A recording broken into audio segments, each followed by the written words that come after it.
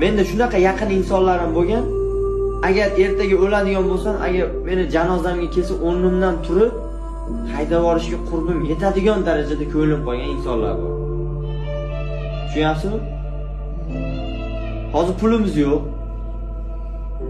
Ishimiz og'ir.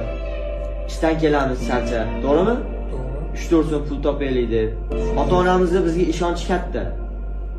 Lekin hozir metroda yuribmiz degani bu kelajakda ham metroda yuramiz degani emas.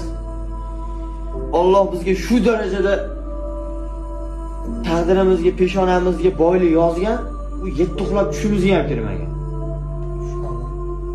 Ishoning, hali shunaqa kun keladi, o'sha pulni deb bizdan voz kechgan insonlarning yuziga pul bilan uramiz. Pulingiz bo'lsa, yoningizda hamma kelaveradi, oshna.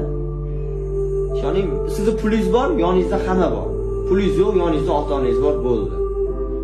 Erkak kishining puli bo'lsa, atrofdagilarga kerak. Puli yo'q bo'lsa, faqat ota-onasiga kerak. Sizga savol.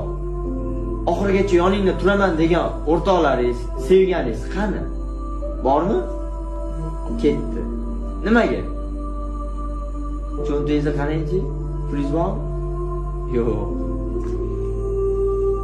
Erkak kishining puli bo'lmasa hech kimga keragi yo'q. Ota-onasidan boshqa.